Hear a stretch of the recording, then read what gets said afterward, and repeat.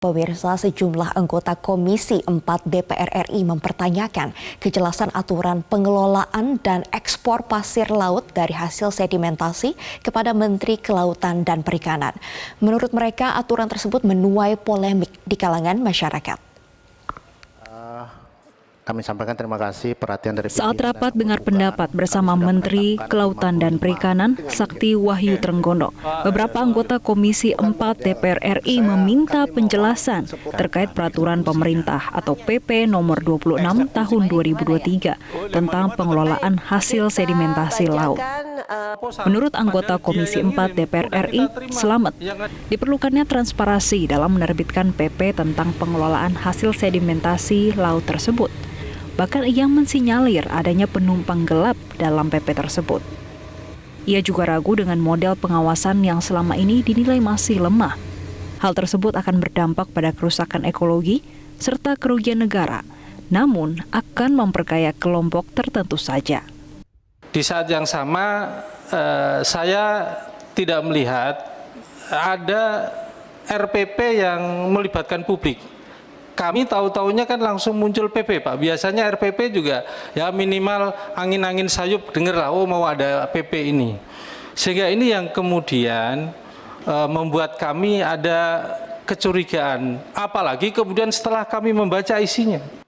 Hal senada juga disampaikan oleh anggota Komisi 4 lainnya, Emma Umiyatul Cusna, yang mengatakan jangan sampai PP tersebut hanya menjadi kedok untuk mengeruk hasil ekspor laut. Jangan sampai pemanfaatan hasil sedimentasi di laut hanya sebagai kedok untuk mengeruk dan mengekspor pasir laut dan merusak lingkungan atau ekosistem khususnya di wilayah pesisir. Selanjutnya, Menteri Kelautan dan Perikanan Sakti Wahyu Trenggono menjelaskan latar belakang diterbitkannya PP tersebut. Alasan pertama disebabkan maraknya reklamasi di dalam negeri. Ia mencontohkan reklamasi yang terjadi di Jawa Timur, Batam, Jakarta hingga Banten. Ia mengatakan asal-usul untuk penggunaan pasir reklamasi masih belum jelas. Ia curiga pasir diambil dari pulau-pulau kecil. Kedua, posisi Indonesia yang berada di tempat berputarnya arus.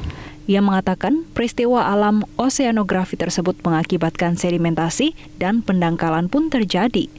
Sakti mengatakan pendangkalan dinilai berbahaya bagi alur pelayaran dan merusak lingkungan karena menutupi terumbu karang dan padang lamun.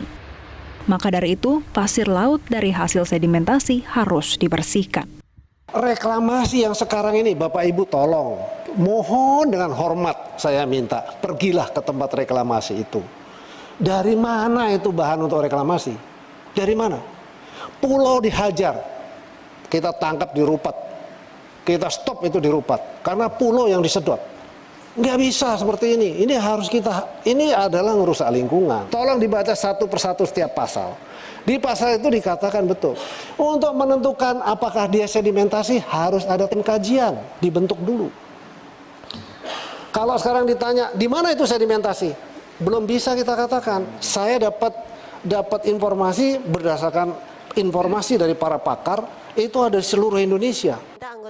Meski PP nomor 26 tahun 2023 sudah terbit, Sakti menegaskan PP tersebut tidak bisa dijalankan apabila peraturan Menteri Kelautan dan Perikanan belum dirilis. Ia juga menambahkan, nantinya dalam peraturan Menteri yang tengah disusun akan mengatur harga ekspor dari pasir laut hasil sedimentasi. Dari Jakarta, Tim Liputan Metro TV.